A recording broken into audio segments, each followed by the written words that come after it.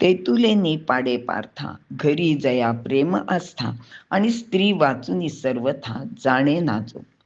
तैसा स्त्री देही जो जीवे, पडून या सर्व भावे, कोण मी काय करावे काही नेणे. ओवी आहे 789 आणि 790, अध्याय आहे 13वा.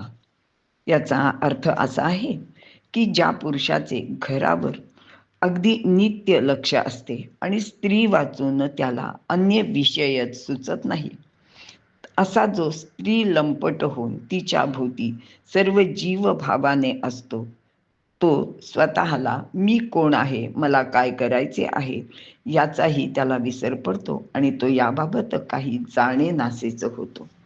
ह्या ओव्या ऐकल्या किंवा वाचताना नेहमी तुलसीदासांची आठवण होते. तुलसीदासांचा विवाह रत्नावली नावाच्या अतिशय सुंदर अशा स्त्रीबरोबर झालेला असतो. रत्नावली ही खरोखर मूर्तिमंत सौंदर्यच होते. तुलसीदास सुद्धा दिसायला छान होते, तरुण होते, विद्वान होते. त्यांचे बोलणे चालणे सर्व काही अगदी छानच होते आणि कोणीही त्यांच्या बोलण्यावर मंत्रमुग्ध होऊन जायचा. पण तुलसीदासांचे मात्र आता उलटे व्हायला लागले होते. तुलसीदासांना आपल्या रत्नावली पुढे काहीच सुचायचे नाही आणि ते आपले जे काही पांडित्य आहे ते त्या रत्नावलीचे सौंदर्याचे वर्णन करण्यासाठीच खर्च करायला लागले. ते सतत तिच्याच भोवती रुंजी घालत होते. अगदी तिचे त्याला वेडच लागले होते. आता हा सतत तिच्याच भोवती फिरत असे, तिचाच विचार करत असते. कुठे बाहेर गेले तरी सुद्धा त्या रत्नावलीचाच विचार त्याच्या मनात येईल आणि तो लगेचच घरी परत येईल. खरे तर तुलसीदास पुराण सांगायचे, रामकथा सांगायचे आणि त्यांची रसाळ वाणी सुद्धा लोकांना खिळवून ठेवत होती. पण आता काय झाले होते, आता ते प्रवचन करायला गेले किंवा पुराण सांगायला गेले की त्यांची ती रसाळ वाणी मध्ये मध्ये अडखळू लागली. कारण काय असायचे की त्यावेळी त्यांना रत्नावलीची आठवण होत असे आणि मग कधी कधी तर ते काहीतरी कारण सांगायचे आणि ते पुराण किंवा प्रवचन मध्येच अर्ध्यावर सोडून घरी निघून यायचे. आता ही गोष्ट त्या चतुर आणि हुशार रत्नावलीच्या सुद्धा लक्षात आली होती आणि तिला असे वाटायला लागले की केवळ माझ्यामुळेच ह्यांच्या कर्तव्यात काहीतरी अडथळा निर्माण होतोय.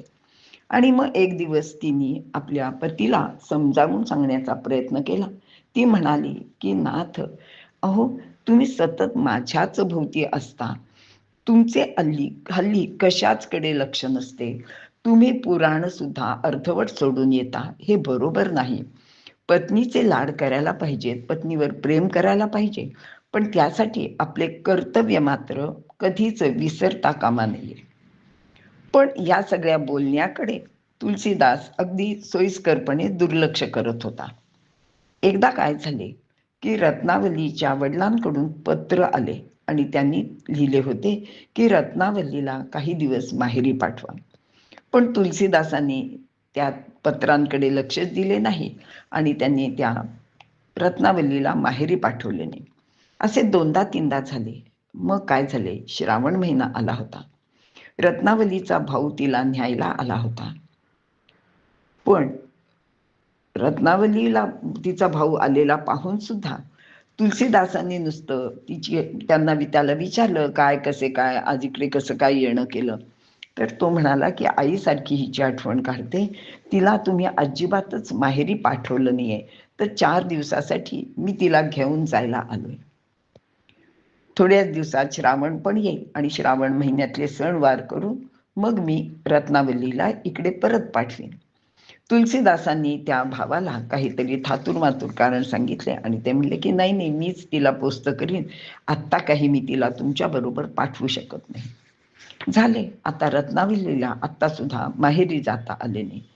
तिला खरं तर मनातनं फार वाईट वाटलं होतं. तिला वाटलं की अरे हे काही योग्य नाही, माझ्या आईला पण माझी आठवण येते, मला पण आठवण येते. ती एक दिवस तुलसीदासांना तशी सूचना करते, म्हणते सुद्धा. पण तुलसीदास ते सगळं नेहमीप्रमाणे हसण्यावरी असं ते सोडून देतात. आणि मग मात्र काय होतं, एक दिवस तिचा भाऊ अगदी त्याच्या मनाशी काहीतरी निग्रह करून ह्यांच्या घरी येतो. आणि गंमत काय होते, त्या दिवशी नेमकेच तुलसीदास बाहेर गेलेले असतात.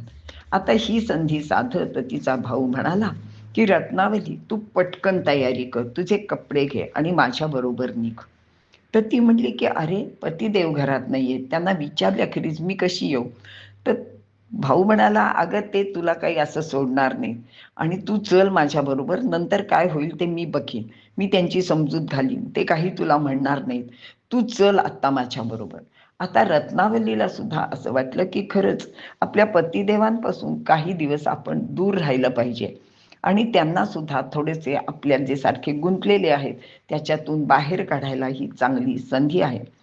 अनाईचा श्रावण आलेला असतो आणि भावाचे म्हणणे ऐकून रत्नावली त्याच्याबरोबर माहेरी निघून जाते. इकडे तुलसीदास घरी येतो. घरी आल्यावर नेहमीप्रमाणे रत्नावली, रत्नावली असे करत घरभर फिरतो. पण आज काही रत्नावली घरात नसते आणि ते सगळीकडे शोधतात. आता ही रत्नावली कुठे गेली, काय झालं असेल, अतिशय बेचैन होतात. घरभर फिरतात, बाहेर बघतात, इकडे-तिकडे बघतात, काही नाही. शेवटी एका शेजारणीला विचारतात, की "अहो, रत्नावली तुमच्याकडे आली का? तुम्ही बघितलत का तिला?" ती म्हणते, "नाही बाई, मी कशाला बघू? मला नाही माहिती."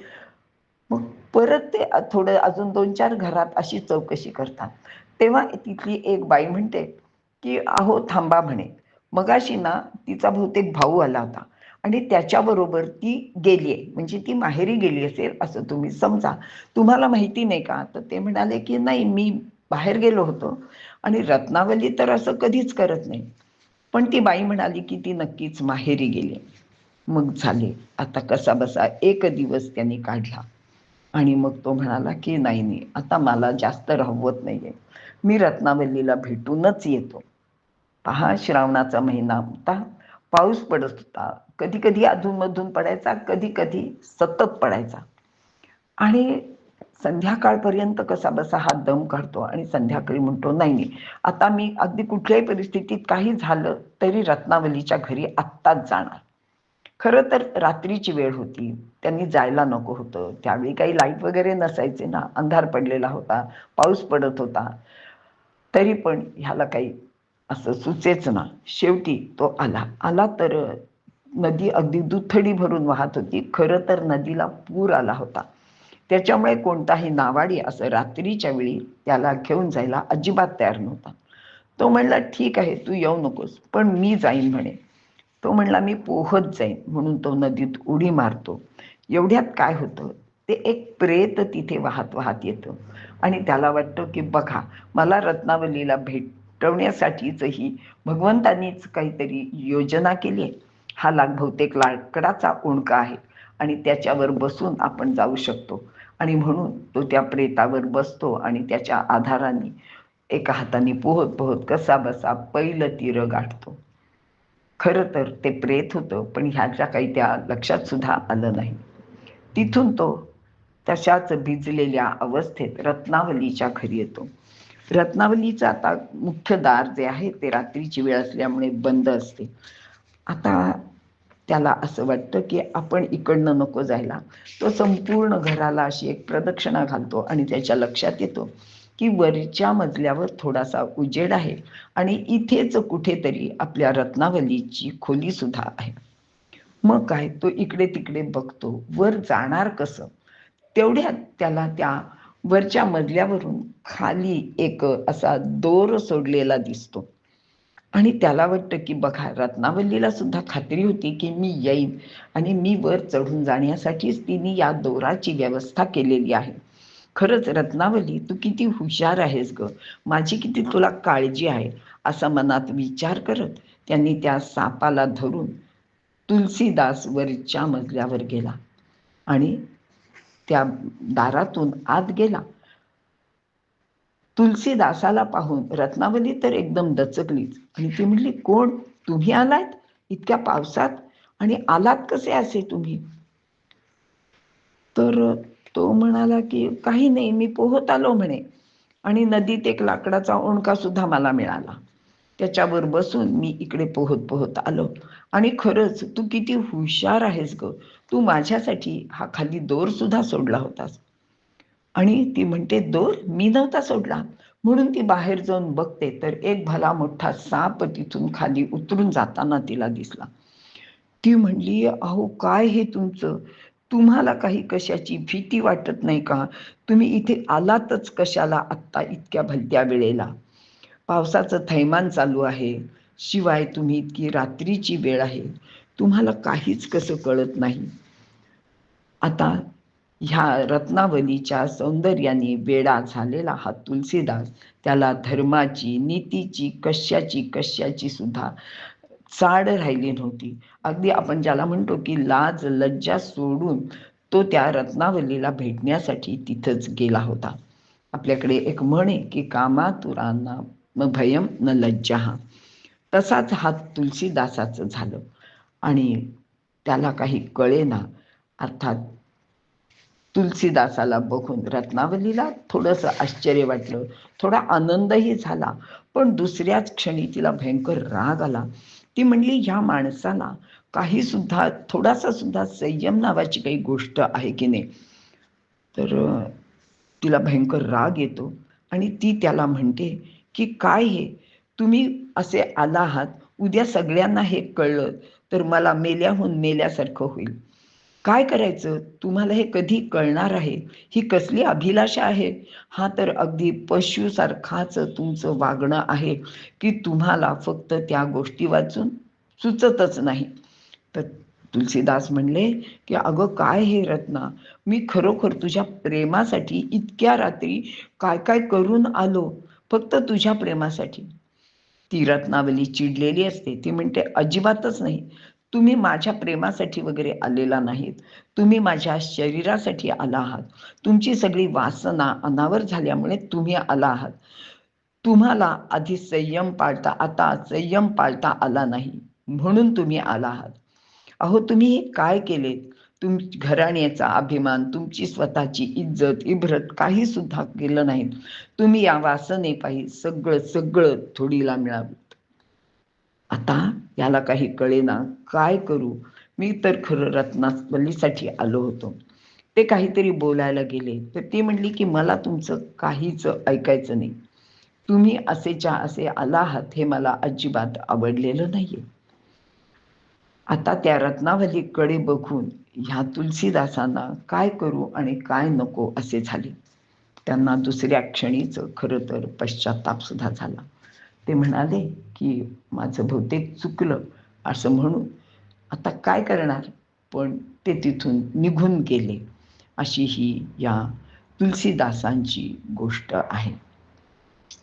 कसं असतं की वासना अनावर झाली की माणसाला सगळ्या गोष्टीचा विसर पडतो. त्याच्या ठाई विचार विवेक काहीच राहत नाही आणि म्हणूनच अशी माणसाची अवस्था होते.